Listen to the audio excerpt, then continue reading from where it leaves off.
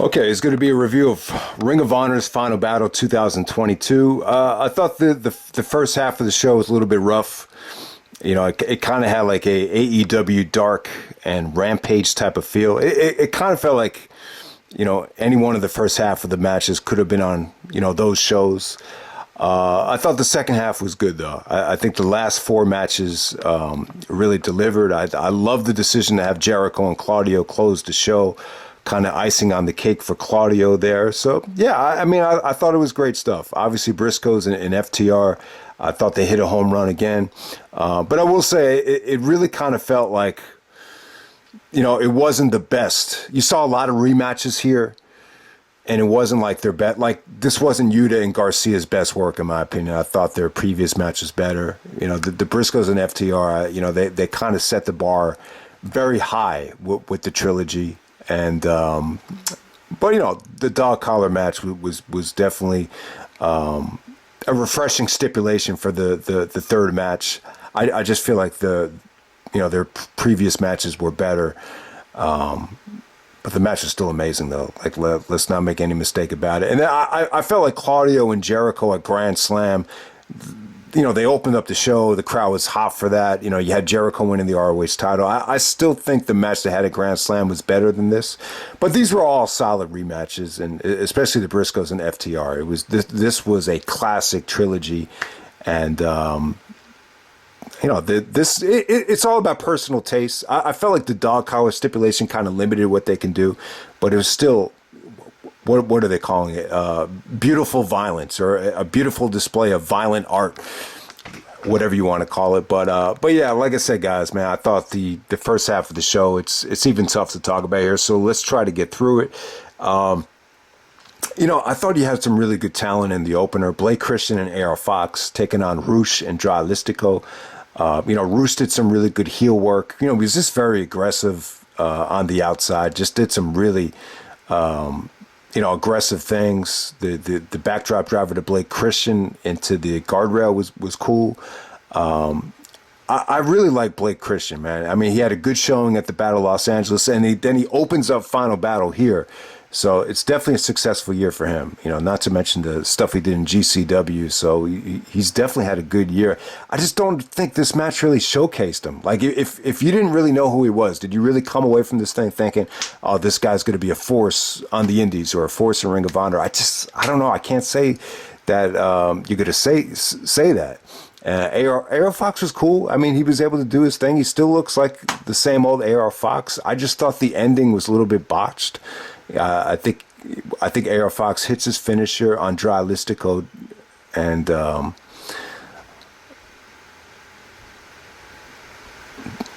Dralistico actually kicks out of the finisher,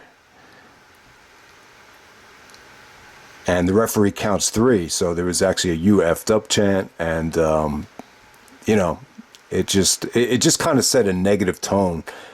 Considering this was the opener, I would have preferred having, you know, Dalton Castle actually open up the show. This way you get the comedy match out of the way, and, you know, maybe that starts off with more of a fan-friendly atmosphere, that type of shit. So, and then next up, we got Mercedes Martinez defending the ROH Women's Championship against Athena.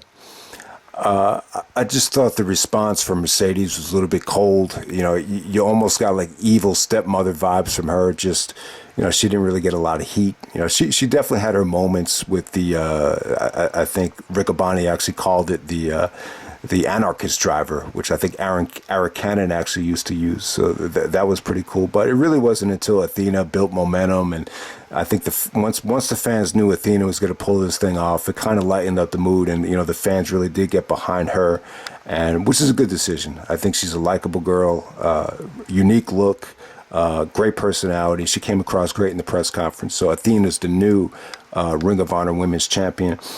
And then from there, you got Swerve in Our Glory, Swerve and Keith Lee taking on Shane Taylor Promotions. I don't know if they did anything for the build-up here. I don't think we've seen Shane Taylor since last year's Final Battle. He's tagging up with JD Griffey, who's more of a jiu-jitsu dude. I want to say jiu-jitsu, mixed martial arts. It was kind of trying to kind of incorporate some of the Ultimate Fighting style in this match. I just don't know if it really works at first. So yeah, I thought it got off to definitely a cold start. But, as the match progressed, I thought you had some really interesting things, some really, really good comedy. I don't know if Keith is related to J.D. Griffey, but he actually fell into his arms and then he starts shouting at Keith. He's like, no, don't do it. Mama's going to kill you. So I don't know if they're cousins or stepbrothers or whatever, but that was definitely probably the highlight of the match. And then Swerve and Keith, they just couldn't get along. I think Keith actually hit Swerve accidentally a couple of times, and then he actually kind of left Keith Lee for dead, and ended up being more of a handicap match. But it was pretty unpredictable towards the end. You were kind of like, is Keith Lee going to pull this out on his own? He was able to kick out of some really, really, impressive stuff from Shane Taylor. So it definitely had its moments, but. It looks like Swerve and Keith are going to go their separate ways, and that's pretty much it. So then from there, you got the Embassy. You got Brian Cage and the Gates of Agony taking on Dalton Castle and the Boys. 6-man tag team match for the ROH 6-man tag team championship. It was hit or miss. I think this going this late in the show was a little bit of a mistake. I'm not a huge Dalton Castle fan. I think he is a little bit goofy. But I'll give him credit. I think he looked pretty good out there. He definitely worked hard. He worked his ass off once he got in there. But I think the star of the show here is Brian Cage. The Cage's, Falcon Arrow from out of the ring into the ring was pretty impressive. The assisted powerbomb the Cage came off good. The match definitely had its moments. I just felt like this was something that just needed to get out of the way in the beginning of the show. That's just kind of how it came off to me. But it wasn't bad, but it just didn't have a lot of replay value for me. All right, so next up you had Daniel Garcia taking on Wheeler Yuta. This is the Pure Championship match, the rematch from Death Before Dishonor. I actually like their Death Before Dishonor match better. This pretty much went the same amount of time. Actually, it was a minute shorter than the Death Before Dishonor match, but pretty much what you expected here. I think Yuta had a tough time going into this match with the promos. Jim Cornette actually called him Wheeler useless. So I think from the personality department, there seems to be a little bit of a disconnect. But in terms of the wrestling, I thought it was great stuff for a while it lasted. I just wish it could have gotten a little bit more time.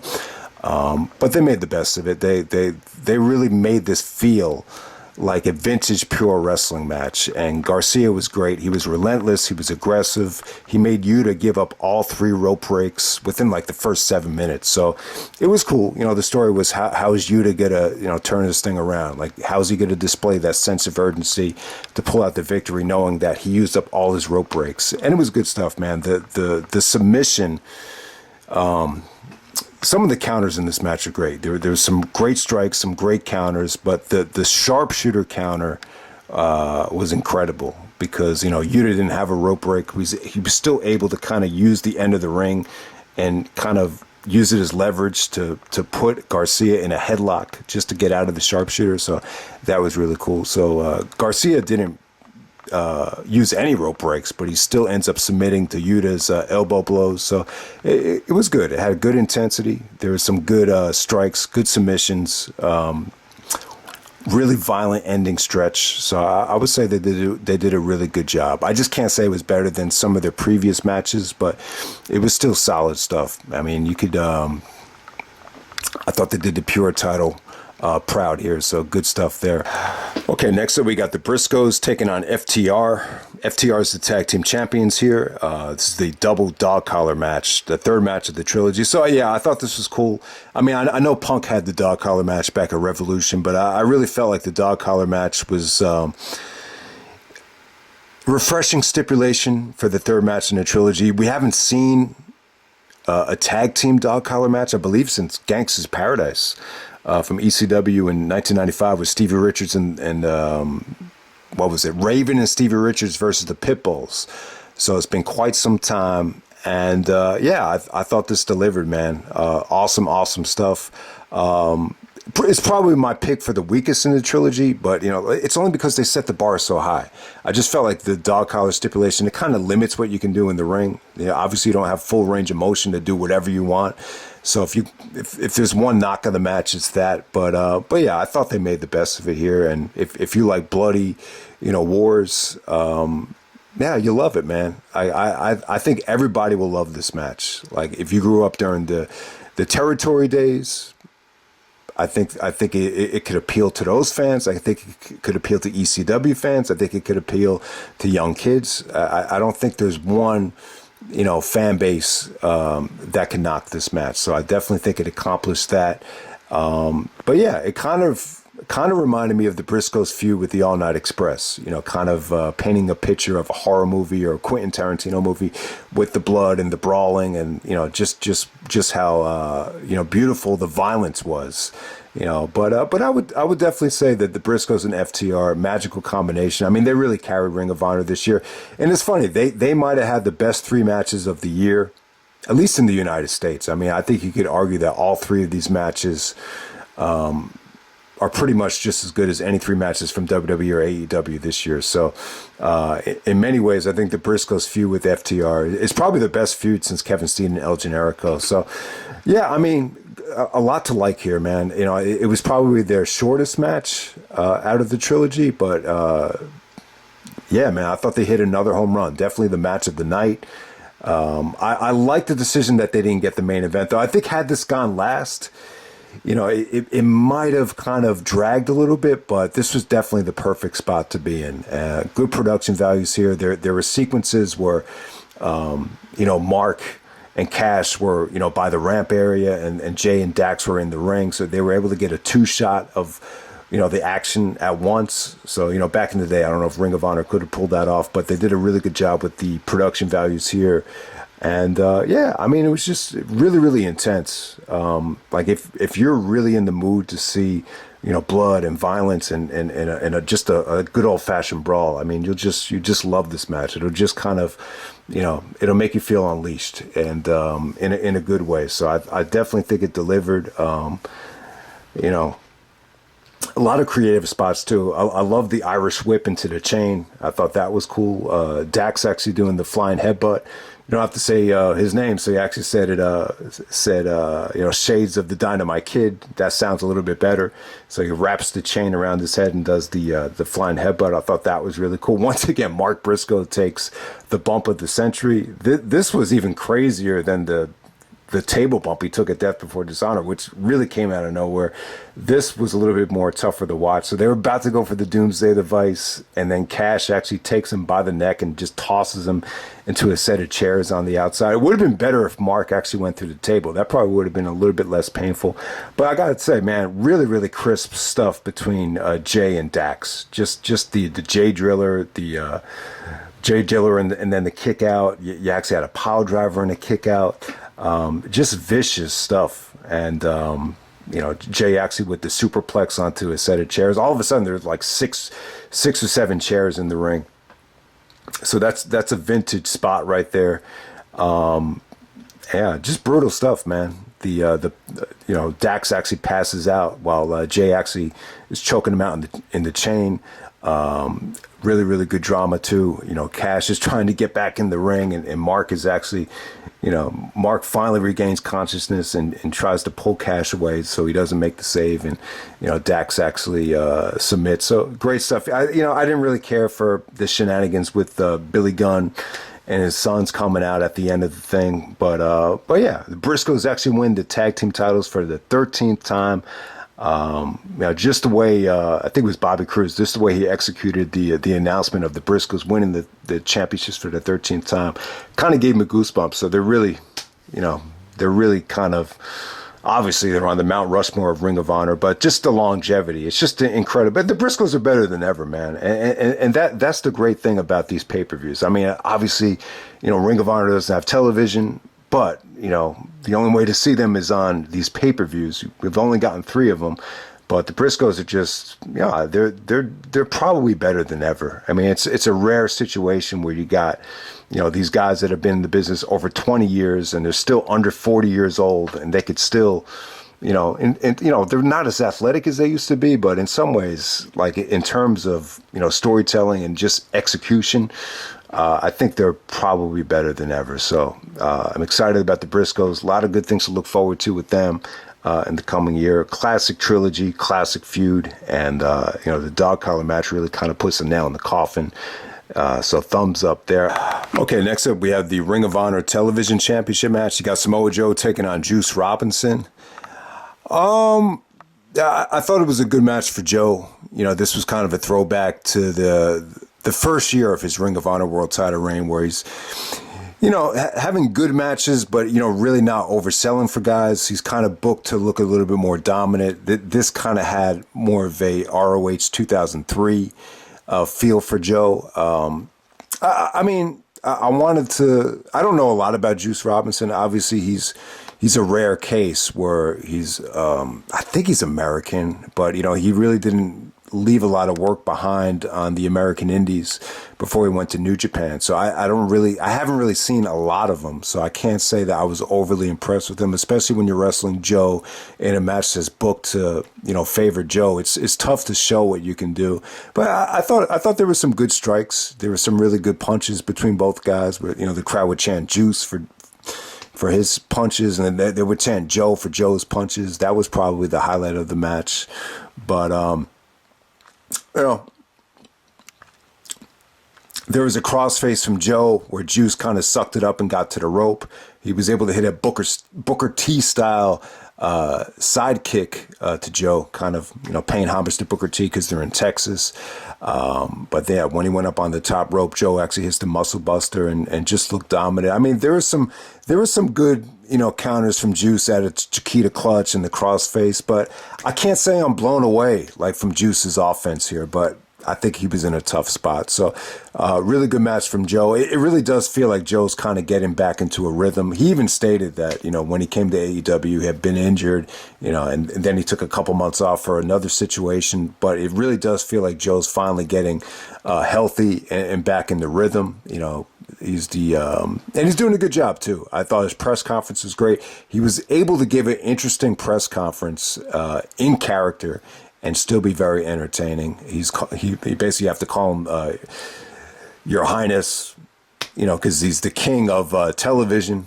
He's even mentioning Peacock. I don't know why he's mentioning Peacock, but he's the ROH television champion and the TNT champion. So we'll see what this goes from Joe. But yeah, good performance from Joe, no doubt about it. But am I going to lie to you and say this was prime Samoa Joe from Turning Point 2005 or Final Battle 2004? No, but it's still Samoa Joe. It's still cool to have him on the show.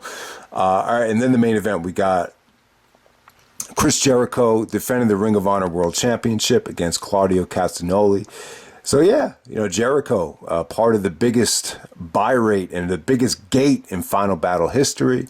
So congratulations to Jericho. This is the first ever undisputed champion who beat The Rock in Austin in the same night. And now he's defending the ROH World title. So it's cool. It's cool if you're a longtime fan of Ring of Honor to see Jericho in this spot. I love Jericho. I think he did the right thing. And, Jericho, I think he's like everybody else, man. He's a fan. He's a fan of the company. I remember him stating that when he was out, when he took his hiatus, he actually ordered a Ring of Honor pay-per-view just as a fan. And now that he's main eventing Final Battle, it's pretty cool. It's pretty cool looking back on it. Did I think this was better than the Grand Slam match? Not really. I thought when they opened up Grand Slam, I thought it had a really hot feel. I thought they had a really awesome atmosphere in that match. This was good, but not as good. But I thought this kind of got off to a little bit of a slow start. But I think Jericho's really good, man. He's really good at just kind of, even when the matches don't really start off with a bang, he's really good at structuring. He's really good at timing. And eventually, I just thought they worked a really engaging match. I didn't really care for the interference. Throughout this whole night, you saw a lot of 2.0 They were 2.0 in Chikara. I got to stop calling them that, but I'm talking about Angelo and Matt Menard. Angelo Parker and Matt Menard from the Jericho Appreciation Society. Annoying as fuck, but they definitely did get involved. Jericho hit him with the baseball bat for a nice near fall, but the referee told him to get back to the backstage area, so they really didn't play a factor in the finish, and it was definitely the right call. But I gotta say, really, really good stuff between Claudio and Jericho. Just Jericho countering the King of Swing into the walls of Jericho. I thought that was really, really well done. That was an awesome spot. There was actually a, Claudio was going for the Ricola bomb. Jericho counters that into a Hurricane Rana. I thought that was cool. There was some really, really good no-selling. Almost felt like more of a Japanese-style match with Jericho's no-selling and Claudio's emotion. So the match definitely had that going for it. But yeah, I mean, the ending was awesome, though, man. Claudio does the King of Swing. He spins Jericho around he rotates him around 33 times. And you see Jericho's able to kind of hit the mat and tap out while he's being swung around. So it was a pretty cool ending. I never expected in a million years for that to be the ending, but it was definitely refreshing. I mean, I did like the idea of Claudio joining the Jericho Appreciation Society, because I think Claudio has had a tough time over the years with the language situation. He speaks 5 different languages, but I still think his promo work. I think he still needs a little bit of work on the promos. I think he was really comfortable in Chikara when he was able to speak his own language, a little bit different there. But it's tough though, man. Like if I really struggled, taking French in school. I was forced to take French.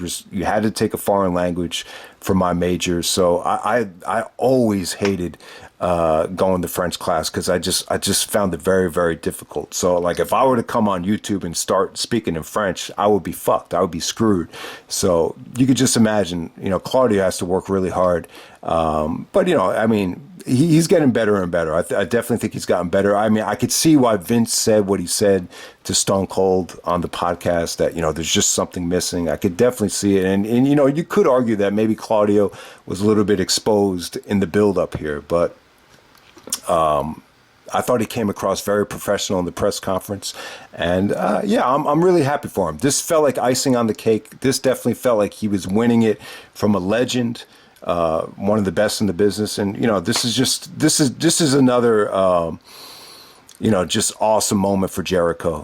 For him to put over a talent that obviously struggled and probably was underutilized in the promotion that they both came from, and to really pass the torch from him, it says a lot about Jericho as a person. So once again, he does the right thing, and just a great moment for Claudio, celebrating with Wheeler Yuta to close the show. Okay, so one of the other things with this show is I know it's a little bit tough to get excited about these shows that Ring of Honor doesn't have television, but they certain feuds, they did show a lot of it on AEW, Dynamite and Rampage, but for a lot of the stuff, it felt a little bit cold, because they don't have television. So, Tony Khan talked about in the press conference that they relaunched the Honor Club, so I guess eventually they're going to start television tapings, and they're going to show them on the Honor Club. Now, he didn't specify if you have to pay for the television. What Ring of Honor did during the pandemic. I know they had the television show for free for like the first week, and then you would have to pay for everything that was in the archive. So obviously, if you want to watch the back catalog or the pay-per-views, you have to pay $9.99 a month. So that's pretty cool. He did say that there's going to be a 90-day gap. So 90 days from now, you'll be able to see Final Battle on the Honor Club. So it basically sounds like he's going to do a lot of stuff in New Japan. Might be open to having Ring of Honor championship defended at Wrestle Kingdom. Looks like Ring of Honor is going to be a part of Forbidden Door. So a lot of stuff to do with New Japan.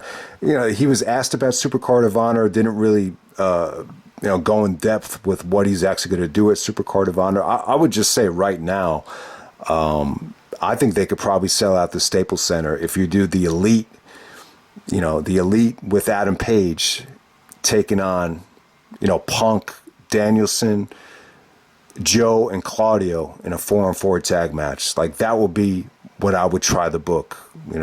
If you really want to make money, I think that would be amazing if they could pull that off. But yeah, man, it does. I think it does sound like a lot, with all the promotion with AEW and New Japan and Wrestle Kingdom, and he's still running Ring of Honor. But yeah, I still think there's a lot to look forward to. It sounds like the pay-per-views are still going to be distributed by Bleacher Report, but the television is basically going to. Television-wise, it sounds like he wants to do less and less of Ring of Honor promotion on AEW, and it really does sound like anything Ring of Honor related is going to be airing on television for the Honor Club on the Honor Club site. So I think that's fine. I really don't mind it. I think it's very difficult to promote Ring of Honor and AEW on Dynamite and Rampage, so it's probably the way to go. So we'll see what happens. But overall, I thought Final Battle was definitely a success. I thought the second half of the show was pretty great, and you got an ending to one of the best trilogies that we've seen in quite some time. So that's pretty much it, guys. Hope you enjoyed Final Battle, and I'm out. All right.